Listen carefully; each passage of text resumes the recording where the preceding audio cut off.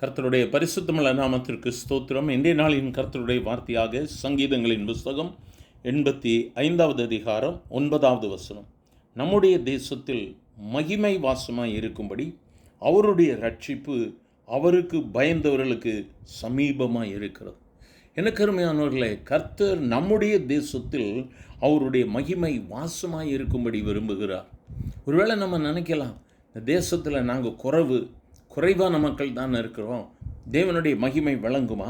வேதம் சொல்லுகிறது, தேசத்தில் மகிமை வாசமாய் இருக்கும்படிக்கு அவருடைய ரட்சிப்பு அவர்களுக்கு பயந்தவர்களுக்கு சமீபமாக இருக்கிறது.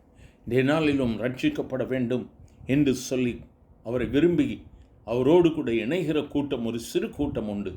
ஆகவே அந்த கர்த்தரவர்களுக்கு பயந்தவர்களுக்கு ரட்சிப்பு சமீபமாக இருக்கிறது. இந்த நாளிலும் அந்த வார்த்தைகளை கேட்கிற எனக்கு மிகவும் அருமையான தெய்வ பிள்ளையே, கர்த்தருடைய மகிமை தேசத்தின் மேல் வாசமாக இருக்கிறது.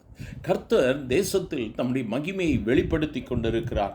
ஆகவே அவர்களுக்கு பயந்திருக்கிற ஒரு கூட்ட ஜனங்கள் உண்டு அல்லவா?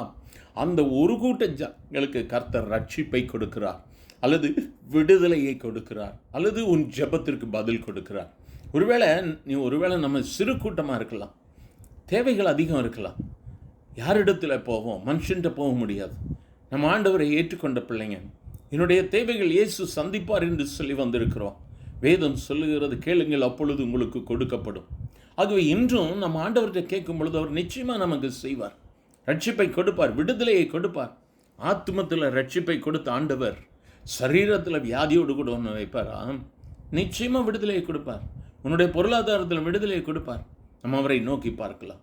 ஒருவேளை இதெல்லாம் இன்னும் என்னுடைய வாழ்வில் தடையாக இருக்குமானால் ஆண்டவரை நோக்கி ஜெபிக்க ஆரம்பிப்போம். ஆண்டவரே, நான் உம்மோடு கூட இணைவதற்கு என்ன தடைகள் இருக்கிறதோ அதை எடுத்து போடும். யாரிடத்தில் மனம் பொருந்த வேண்டுமோ மனம் பொருந்த உதவிச்சு. நான் உண்மையிலே அன்பு சார்ந்திருக்கும்படியா, உண்மையிலே நான் முழுமையான அன்போடு கூட இருக்கும்படியா என்னை வழி நடத்தும். நம்ம ஆண்டவரிடத்தில் ஒப்புக் கொடுக்கும் பொழுது பாருங்கள், கர்த்தர் நிச்சயமாக அற்புதத்தை செய்வார்.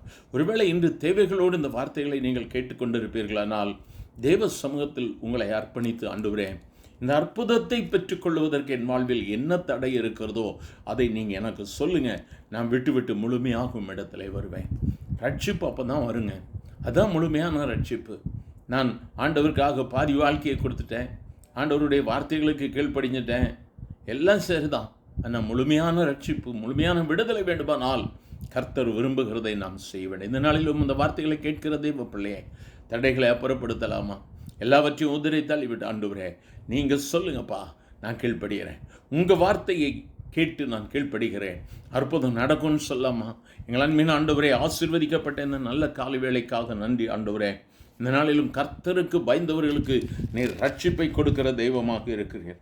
இன்றைய நாளிலும் இந்த சமீபமாக இருக்கிற ரட்சிப்பை கேட்கிற உடைய பிள்ளைகள் ஒவ்வொருவரும் பெற்றுக்கொள்ளட்டும், விடுதலையை பெற்றுக்கொள்ளட்டும் ஆண்டவரே.